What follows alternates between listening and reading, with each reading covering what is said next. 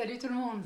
Vous avez été plusieurs à me réclamer au fil des mois une vidéo sur les objectifs à se fixer pour débuter en vélo.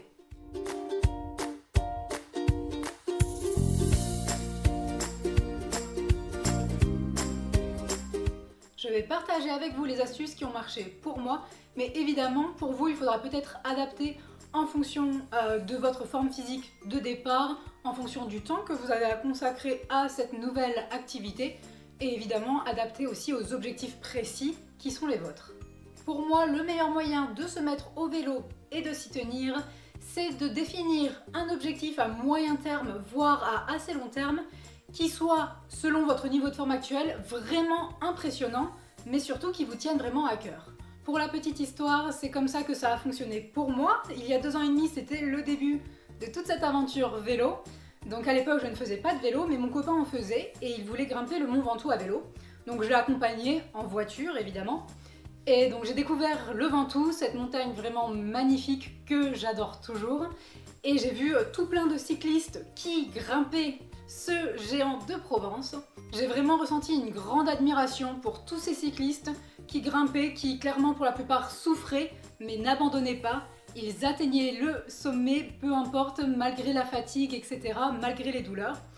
Et du coup, moi à l'époque, je ne faisais vraiment aucun sport. J'étais essoufflée dès que je marchais un petit peu trop rapidement, donc pour moi ça me semblait vraiment hyper difficile et j'ai un peu réfléchi et je me suis dit que je me sentirais hyper fière de moi si j'arrivais à le faire. C'est donc comme ça que j'ai décidé de me mettre au vélo, avec comme objectif le fait de revenir l'année d'après pour grimper le Mont Ventoux à vélo cette fois-ci. Donc du coup, une fois que j'avais mon objectif qui me tenait vraiment à cœur, il ne me restait plus qu'à m'entraîner. Donc ça, c'était il y a maintenant 2 ans et demi. Et du coup, depuis, je n'imagine plus ma vie sans le vélo. Donc c'est clairement que pour moi, ça a été utile, ça m'a vraiment servi de me fixer un gros objectif au début. Une fois cet objectif à moyen ou assez long terme en ligne de mire, il va vous falloir définir d'autres objectifs, des plus petits objectifs qui vont venir jalonner votre parcours et qui vont au fur et à mesure augmenter en difficulté et qui vous permettront au final d'atteindre votre but. Au tout début, selon moi, il faut que vous vous fixiez des objectifs de régularité, c'est-à-dire incluez directement dans votre emploi du temps, par exemple, 2 ou 3 séances par semaine auxquelles vous vous tiendrez. Donc objectif de régularité et au fur et à mesure, vous allez augmenter la distance. Si vous êtes vraiment un grand débutant, vous pouvez vous fixer par exemple, allez, 20 km pour la première sortie sur du plat. 20 km, normalement, c'est à la portée de tout le monde. Ça ne veut pas dire que vous irez vite, mais en tout cas, le but, c'est de finir ces 20 km et ce sera déjà un beau premier pas de fait.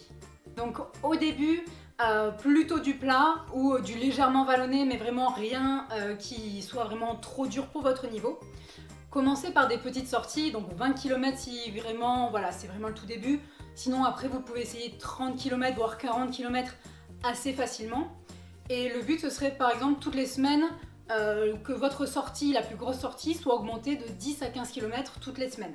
Donc, la première semaine vous allez faire une sortie de 30 km, votre autre sortie ou vos 2 autres sorties de la semaine pourront faire autant ou un peu moins selon. Vous allez très vite atteindre des distances que vous ne pensiez pas pouvoir réaliser. Donc personnellement j'ai fait mes premiers 75 km, ça m'a assez marqué au bout de 3-4 mois à peu près et j'ai fait mes premiers 100 km après même pas 6 mois après avoir débuté le vélo. Donc vos objectifs intermédiaires, ça fait déjà du bien de voir par exemple 50 km s'afficher sur le compteur ou 75 ou 100, ça fait vraiment du bien. Mais il n'y a pas que la distance qui compte. Un petit conseil sur ces sorties pour lesquelles vous vous focalisez sur le fait d'augmenter la distance.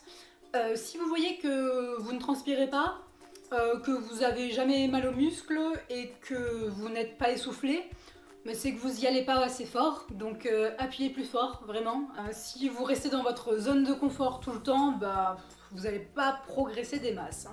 Il y en a peut-être parmi vous qui se demandent à quelle vitesse vous devriez rouler lors de ces entraînements.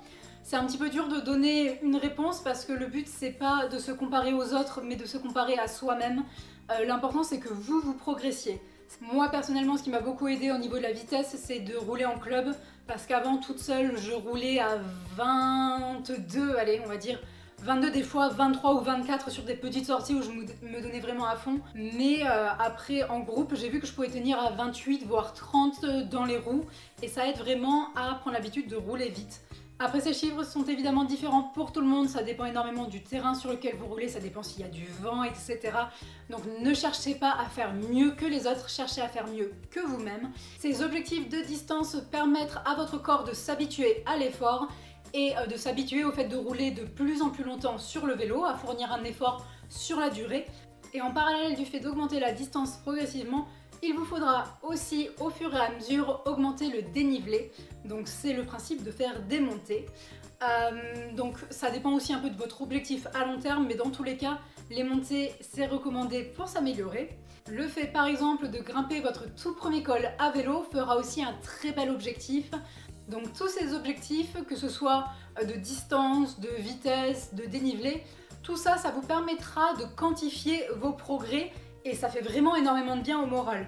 À l'heure actuelle, vous vous dites peut-être je serais incapable de faire 50 km en vélo ou de monter un col, mais si vous vous entraînez avec régularité, comme je l'ai dit, vraiment vous en êtes capable et le fait d'avoir ces objectifs va vraiment vous aider à prendre confiance en vous, à prendre confiance en vos capacités sur le vélo et ça va vous aider à atteindre votre objectif final.